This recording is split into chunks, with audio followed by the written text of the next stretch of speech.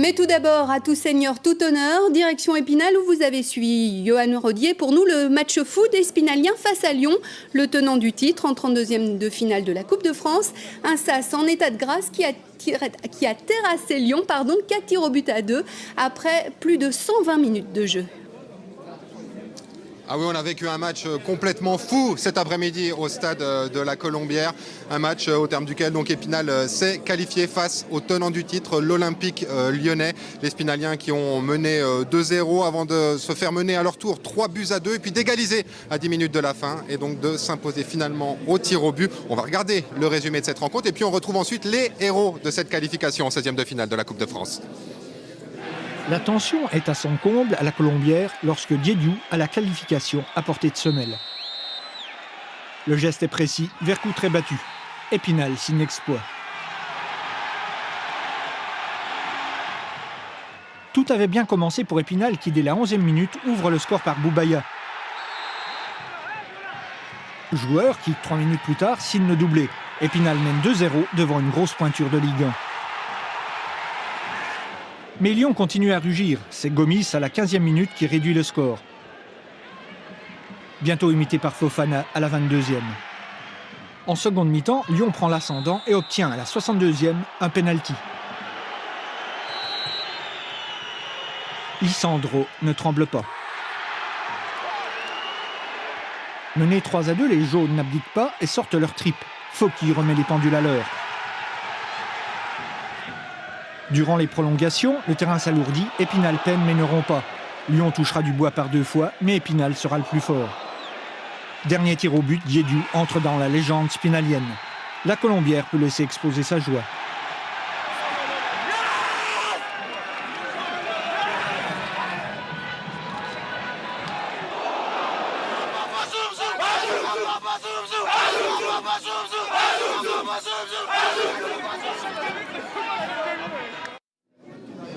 Il va y avoir de l'ambiance ce soir à Épinal où on va prendre le temps de fêter cette victoire. On sait que les joueurs devaient partir au vert tout de suite après le match.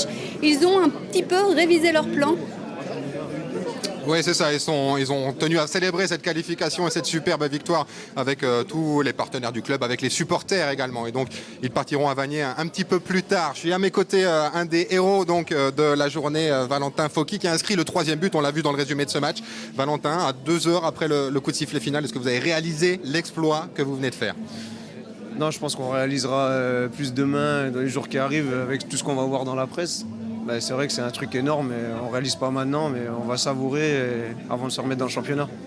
Vous n'avez jamais lâché. Hein. Lyon a pris l'avantage en deuxième mi-temps, 3-2 sur un penalty contestable. C'est vous qui avez égalisé, vous êtes reparti de l'avant et après c'est même vous qui avez finalement été les plus dangereux. Hein. Ouais, on se prend un but à 3-2 sur une main pas évidente, avec un peu un sentiment d'injustice. Après on n'a rien lâché.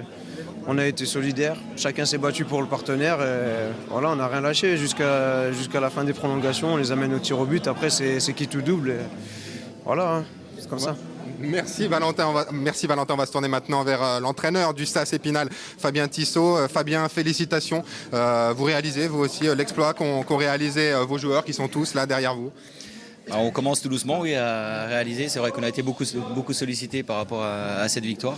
Moi, je tenais vraiment à féliciter les joueurs parce qu'ils ont fait un match exceptionnel aujourd'hui. Beaucoup de fierté, que ce soit pour le club, pour la ville, avec plus de 7000 personnes à la Colombière. Donc c'est vraiment une ambiance formidable et c'est vraiment un souvenir inoubliable. Alors, vous êtes à la peine en championnat national avant-dernier. Bon, c'est un mauvais souvenir, mais je ne veux pas gâcher la soirée. Vous reprochez souvent à vos joueurs de manquer de caractère là cet après-midi. Ils vous ont vraiment prouvé tout le contraire.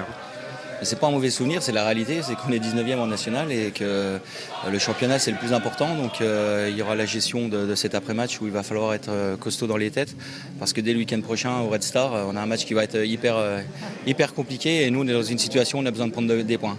Vous le disiez, 7000 personnes à la Colombière. Comment vous aviez déjà vécu une ambiance pareille, vous qui êtes un ancien attaquant du SAS Épinal? Ouais, je l'avais vécu moi contre Marseille. On avait gagné 2-0. Donc voilà, ils veulent que j'en parle, donc je parle que j'avais marqué contre Marseille le deuxième but. Voilà. Mais non, c'est vrai que c'est des souvenirs en tant que joueur. Voilà, on apprécie sous le terrain, mais en tant qu'entraîneur, c'est vrai qu'on savoure. C'est une énorme satisfaction. C'est la 3e fois dans l'histoire du club qu'Épinal atteint les 16e de finale. Le tirage au sort va avoir lieu dans quelques minutes. Quel type d'adversaire vous espérez sur quel type d'adversaire espérez-vous tomber, pardon? Je n'ai pas compris la question, vous pouvez me la répéter, s'il vous plaît.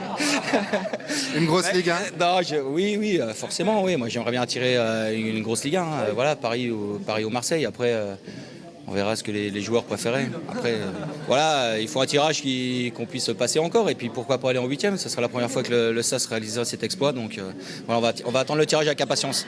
Eh bien, on va voir ça d'ici quelques minutes, Céline. Merci Johan et encore bravo à Épinal. Retour complet sur ces 32e de finale de la Coupe de France tout à l'heure avec Pascal Zudas.